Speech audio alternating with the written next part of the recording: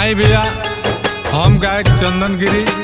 तत्काल में एगो घटना घटल दिल्ली में, जौन श्रद्धा मर्डर केस के नाम से जानल जाता।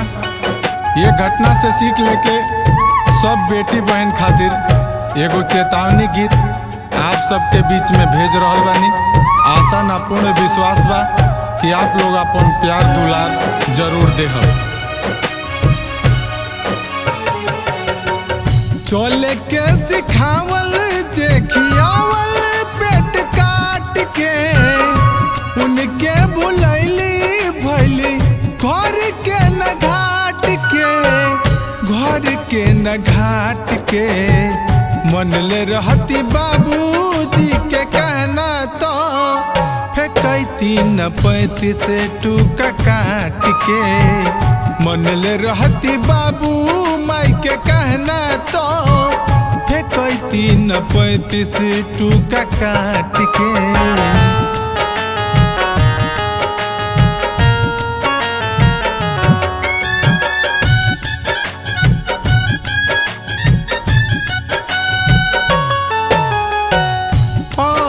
से बेटी अपना मनवा में चेतो, टूका टूका श्रद्धा भैली अखिया से देखो।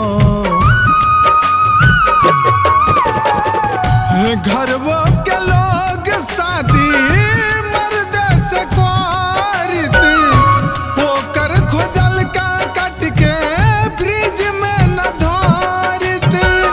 कबो नतीजा निमन होला न पाप के, होला न पाप के।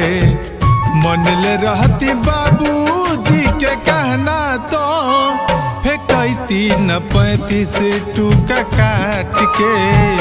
मन ले रहती बाबू माई के कहना तो फेंकती न 35 टूका काट के।